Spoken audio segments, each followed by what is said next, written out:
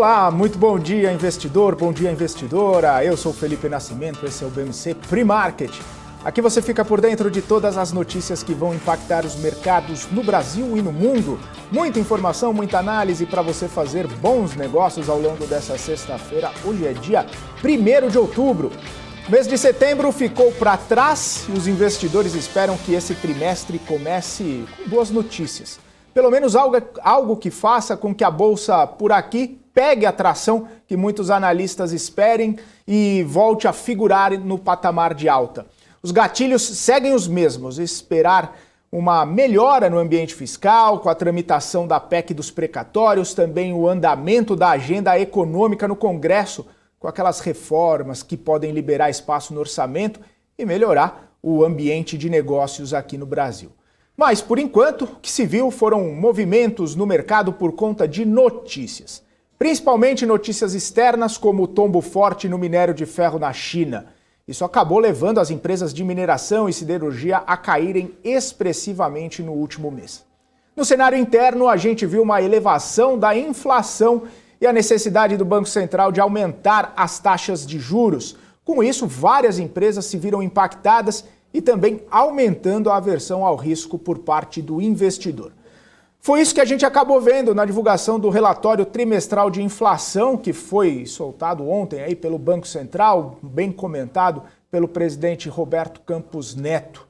Fora as conversas sobre as mudanças na política de preços dos combustíveis, que também acabou mexendo com a Petrobras. Ontem mesmo, o presidente Jair Bolsonaro, em sua live semanal, falou sobre a possibilidade de criar um fundo regulador para que não haja necessidade de repassar os reajustes de preços ao consumidor sempre que a gasolina ou o diesel acabem sofrendo aumento no mercado internacional.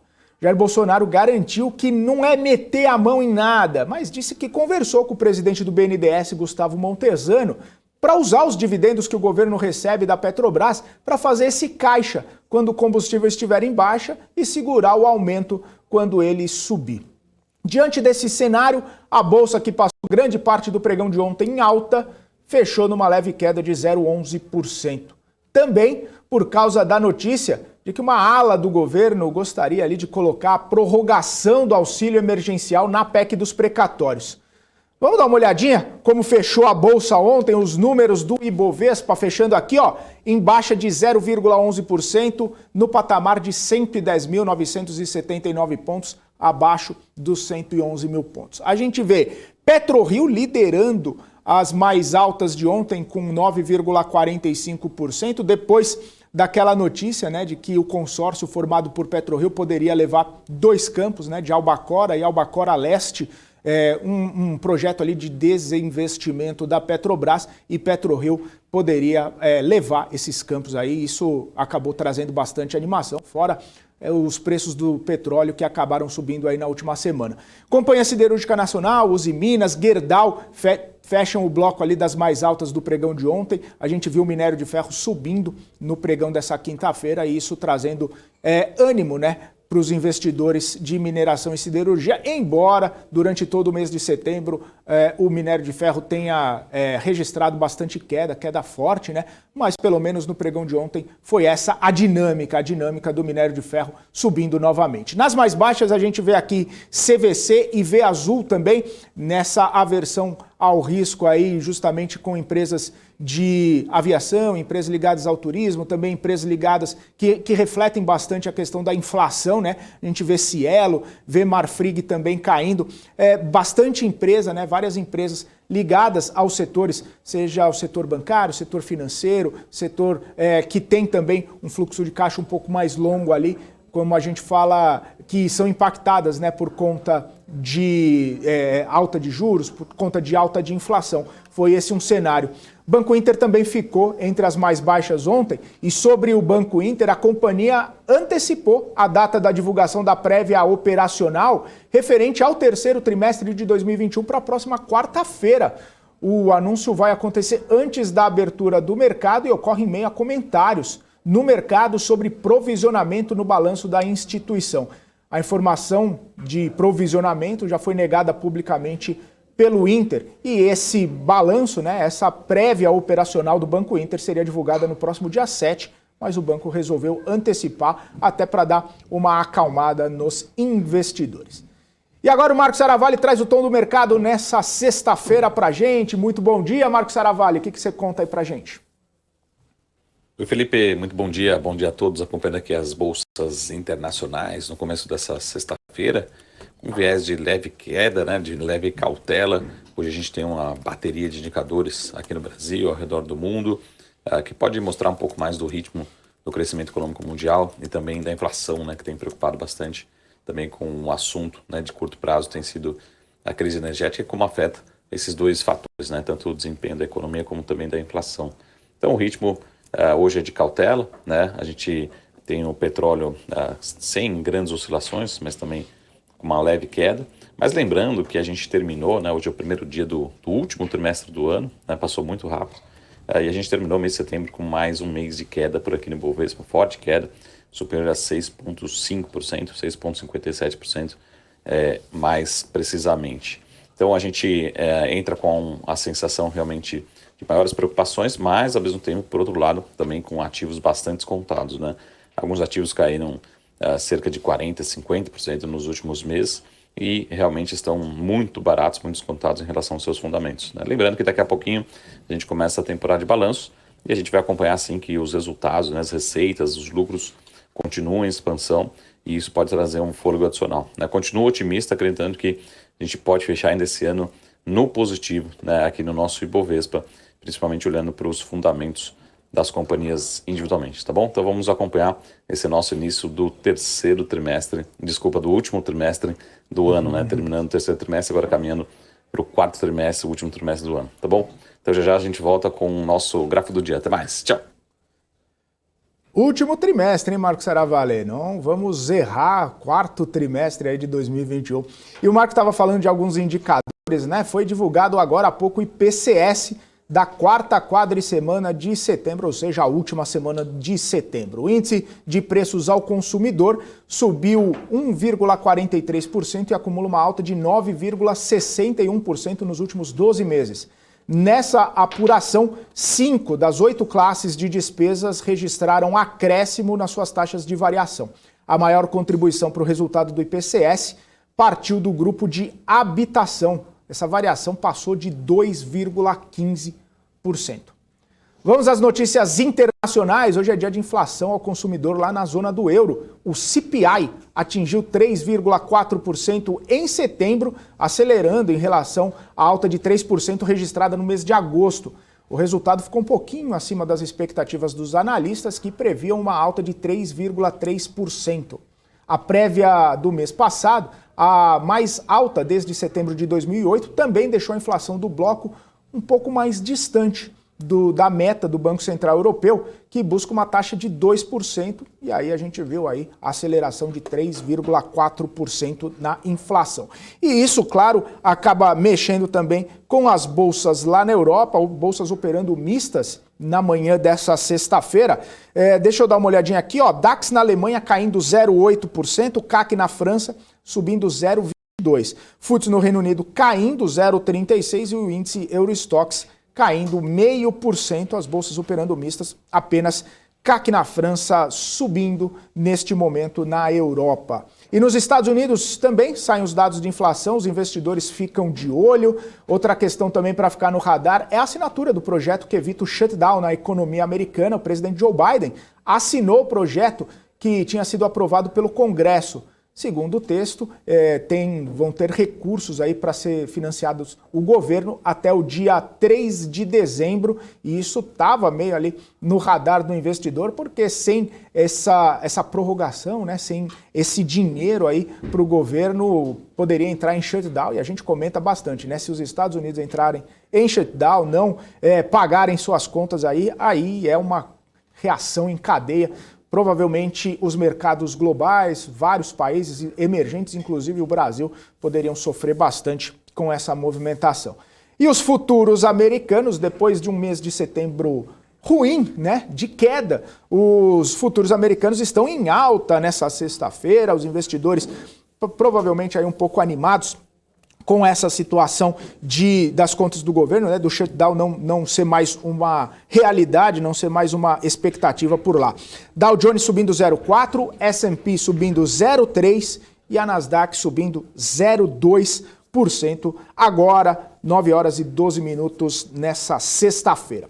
E aí, as bolsas asiáticas, olha só, por causa do feriado, Xangai fechada, Hang Seng fechado, né, esse feriado de uma semana lá na Ásia, né, as bolsas fechadas, então não teremos negociação. Mas o índice Nikkei, né, lá no Japão, fechou em queda de 2,31%, refletindo um pouco aí desse cenário que a gente fica falando, né, de inflação acelerada, desaceleração das economias, né, crise energética é uma situação bastante presente lá na Ásia, principalmente na China, né, vários apagões, fábricas fechadas, o governo determinando que as fábricas não funcionem e aí acaba fazendo, né, uma reação em cadeia, a cadeia de suprimentos, muitas coisas são fabricadas lá na Ásia, acabam não chegando para os países produtores, enfim, é uma celeuma que a gente precisa ficar de olho, que a gente precisa ficar monitorando. E como a gente está falando de Ásia, né, o Marco Saravalli traz o gráfico do dia com informações, olha só, do mercado asiático. Conta pra gente aí, Marco. Voltando aqui para o nosso gráfico do dia, a gente consegue ver um importante indicador, né, de uma região que a gente fala muito pouco por aqui no Brasil, mas hoje a gente tem mais oportunidades, a gente consegue acessar esses mercados, que é o mercado asiático. Tá? Aqui é um índice que contempla as principais economias da Ásia, excluindo principalmente o Japão, né? Então não contempla o Japão nesse índice, mas mostrando que primeiro a gente está assim, num novo patamar de lucro, né? A gente já teve a expansão dos lucros do EPS ali no gráfico, mas ao mesmo tempo a preocupação que a gente está vendo ali no finalzinho do gráfico, revisões marginalmente para baixo, né? Tanto para 2021 como para 2022. Então talvez não só aconteça na China, em outros países e outras regiões, mas também na Ásia como um todo, tá bom? Então mais um dado que deixa o alerta do porquê que as bolsas estão um pouco mais voláteis nesse curto prazo, nesse mês de setembro, e pode continuar no curto prazo, tá bom? Revisões marginais para baixo também ocorrendo em alguns países da Ásia. Tá bom, pessoal? Tenham todos uma ótima sexta-feira, um ótimo final de semana e a gente se vê em breve. Até mais, tchau! Valeu, Marco. Vamos aos destaques corporativos. A Comgás fechou um aditivo de contrato com o governo do estado de São Paulo. Dessa forma, a concessão vai ser prorrogada até 2049. O governo de São Paulo diz que optou pela prorrogação do contrato porque a concessionária já realizou investimentos mínimos obrigatórios e também se comprometeu a fazer novos investimentos. A Qualicorp anunciou o lançamento de sua rede de lojas físicas. As primeiras 8 unidades da Qualistore estão localizadas em shoppings da região metropolitana do Rio de Janeiro e também aqui de São Paulo. Segundo a empresa, a abertura de lojas físicas faz parte da estratégia da empresa de reforçar seu pilar de crescimento e relacionamento com o cliente. A Rumo inaugura hoje seu maior complexo de abastecimento de combustível em Araraquara, aqui no interior de São Paulo. Com 3 postos, o hub tem capacidade de armazenamento de 1,2 milhão de litros de diesel e vai ser responsável para atender a operação de trens da Malha Paulista e também da Operação Norte. O investimento foi de 140 milhões de reais e, segundo a Rumo, essa é a maior infraestrutura ferroviária do estado de São Paulo. A Ultrapar apresentou aos acionistas durante a Assembleia a oferta de direito de preferência para subscrição e aquisição das ações da subsidiária Oxiteno. Segundo a Ultrapar, essas duas transações, né, de subscrição e compra têm que ser adotadas conjuntamente, ou seja, os acionistas não podem optar por uma ou por outra transação. A Oxiteno foi vendida em agosto para a Indorama por 1 bilhão e 300 milhões de dólares. O estado do Paraná informou para a Copel que não vai mais vender os valores mobiliários da companhia no seu follow-on. O governo é o maior acionista da Copel. Além disso, o estado do Paraná também se comprometeu a não alienar suas ações até pelo menos 31 de dezembro do ano que vem, 2022. Também afirmou que vai solicitar mudanças no estatuto para poder migrar ao nível 2 de governança corporativa na B3. A Unifique anunciou a compra de 3 provedores de internet e ativos de fibra ótica em Santa Catarina, a MKSnet, a TVC e a Fibramax. As aquisições somam cerca de 33 mil clientes, que representa 10% da base de clientes atuais da companhia no estado e fazem parte da sua estratégia de crescimento. Os valores das transações não foram divulgados. Vamos dar um bom dia aqui a todo mundo que está nos acompanhando no nosso canal do YouTube aqui. Olha só, muito bom dia pro Cerveja, chegando cedo aqui, Orlando William, Marcelino Fernandes, Sandro Figueiredo, Peter Santana, Valdenberg Falcão, Rafael Lima, o Alexandre Saiber aqui, ó. Ótima sexta-feira para você, Sandro Constantini, Atílio Felipe, Elcio Santos, ó, o Gabriel Pereira Mota aqui falando, ó, sexta-feira promete? Será? Glécio Miranda, Ezequiel Santos, Bacon Frito, David Pirillo, excelente fim de semana para vocês também. Emerson Duarte, Suelen Foutor, ó a Suelen aqui, ó. O Padeiro Trader tá por aqui, bom dia. Ezequiel Santos, o David Pirillo. Ó a Paula Moraes, tá aqui, ó, cadê o like? Sextamos, hein? É isso aí, Paulinha, chegando daqui a pouquinho você aqui. Quem mais? Rafael Gobato, o Helder chegando por aqui, o Gustavo Watson, o Felipe Nicásio, muito bom dia, o Rogério Franks, enfim, todo mundo que está nos acompanhando, ótimo dia para vocês, ótima sexta-feira e também uma ótima sexta-feira para o Gustavo Almeida. Gustavo Almeida está aqui com a gente todas as manhãs conosco. Bom dia, Guga, tudo em ordem por aí? Bom dia, Felipe, bom dia, pessoal. Tudo em ordem, né? Tudo em ordem. Estou aqui pronto para essa sexta-feira, preparado para o final de semana também, para descansar. Né? Eu sei que tu está aí há 2 dias já se preparando para essa sexta, né? Estava com quinta com cara de... com quarta com cara de sexta, então vamos lá, né? Vamos lá. Ô Guga, seguinte, hoje primeiro dia do mês, primeiro dia desse último trimestre aí, de 2021, a gente sabe que setembro não foi um mês muito agradável, né, para a Bolsa de Valores, fechamos em queda aí no mês de mais de 6%, queria saber esse balanço aí que você faz de setembro e se outubro podemos ter ares melhores por aqui ou se vamos continuar nessa aversão ao risco, nessa tendência aí, nesse movimento de baixa para a Bolsa, o que você está olhando aí para esse mês de outubro? Vamos lá, Felipe. Estamos entrando no último trimestre do ano. Se a gente for parar para pensar desde do ano passado, né, na metade do ano, quando os analistas começaram a encarar que a gente teria um ano perdido de 2020, se falava muito do segundo semestre de 2021, tá? Porque entendia que o segundo semestre de 2020 ia ser perdido em função da pandemia, em função dos isolamentos sociais. Primeiro semestre de 2021 seria ajeitar ali as melancias, né, dentro da caixa, e que o segundo semestre de 2021 seria muito bom. Começamos o segundo semestre de 2021 com o mercado lá nas expectativas lá em cima, né, nas máximas, bolsa atingindo 130 mil pontos. Começamos o segundo semestre num processo de correção, onde o mercado começou a ficar com medo muito forte em relação à inflação.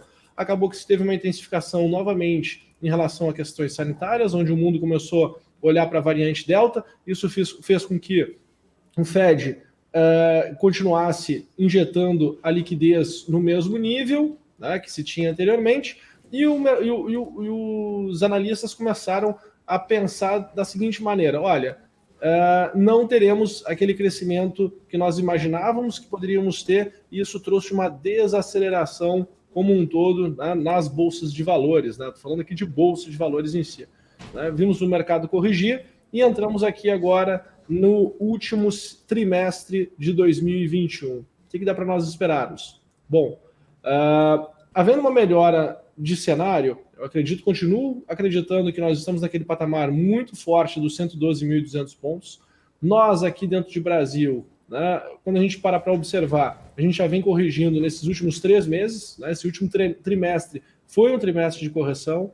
Está faltando aquele player que vai trazer a nova tendência. Obviamente que não tem como ver antecipadamente esse player, né, algum estímulo, como tu bem falaste no início do nosso pre-market de hoje, né? Tá faltando aquele trigger, né? Tá faltando aquele estímulo que faça com que um grupo de investidores, seja institucionais, seja os estrangeiros, seja varejo, está faltando aquele estímulo que vai dar um trigger para trazer uma liquidez mais intensa na ponta compradora no curto prazo. Obviamente, quando nós analisamos as companhias, dá a sensação de que elas estão baratas, tá? Por que dá a sensação, né? Porque preço é relativo. Falar que está barato ou caro é muito relativo na opinião daquela pessoa, né? O que vai fazer com que o ativo saia de um determinado preço para um outro é o fluxo de pessoas comprando. A gente precisa, né? No final é comportamento humano na veia.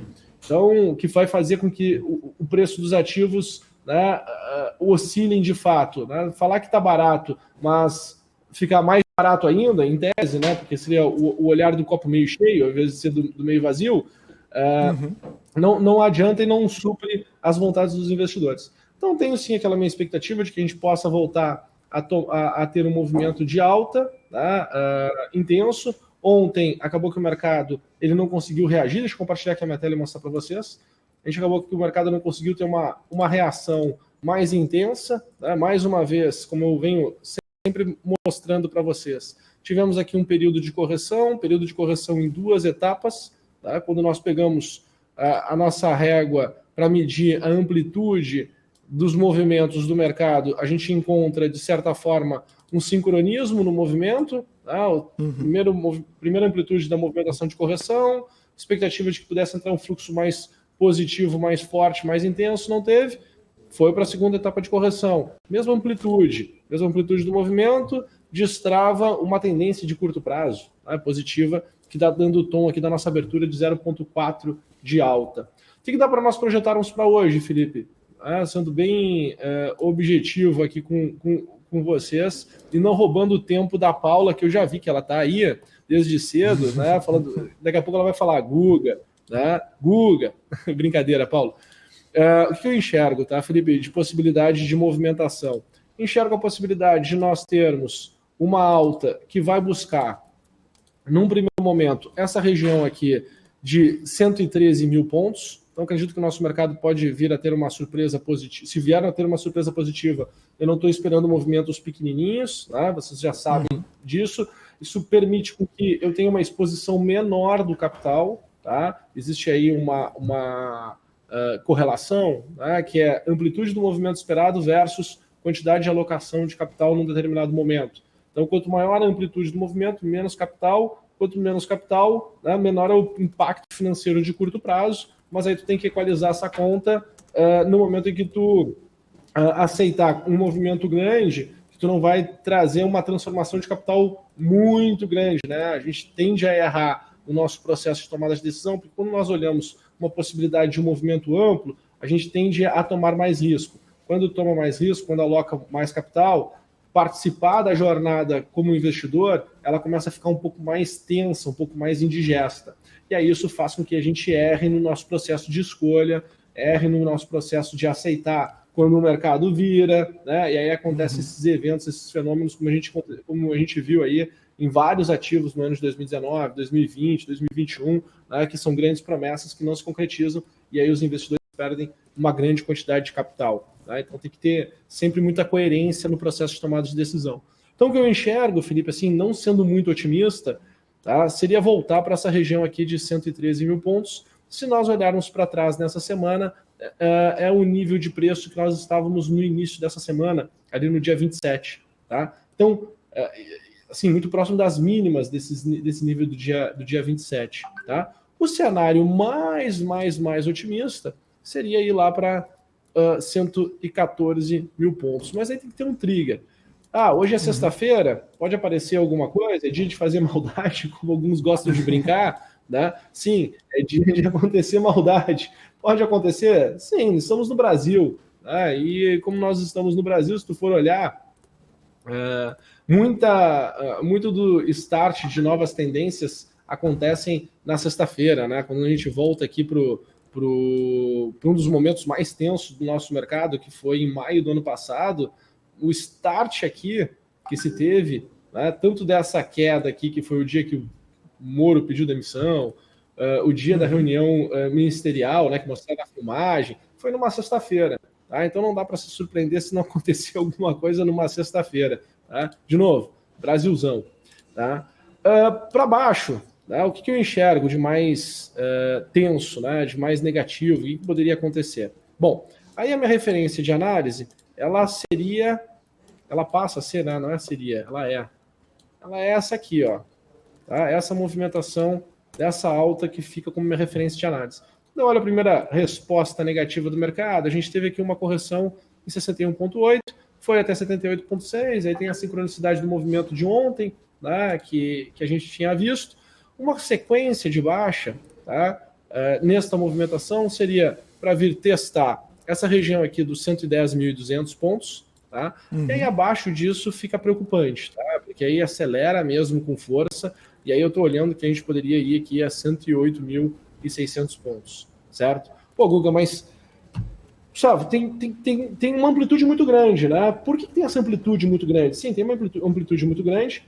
A gente está com uma volatilidade alta no mercado, tá? Se nós olharmos aqui, a volatilidade, ela está bem alta, certo? A gente está aqui na casa dos 31, 32, certo? Se nós olharmos aqui como nós estávamos nos comportando com a volatilidade naquela tendência que nós tivemos no final do segundo trimestre de 2021, e se nós compararmos com a volatilidade agora está muito mais alta. O que traz isso? Né? Traz a percepção de risco, percepção de incerteza. Se está volátil, tá? Ele pode estar em patamares muito mais amplos do que é o que a gente está aqui agora. Então, é uma percepção de risco.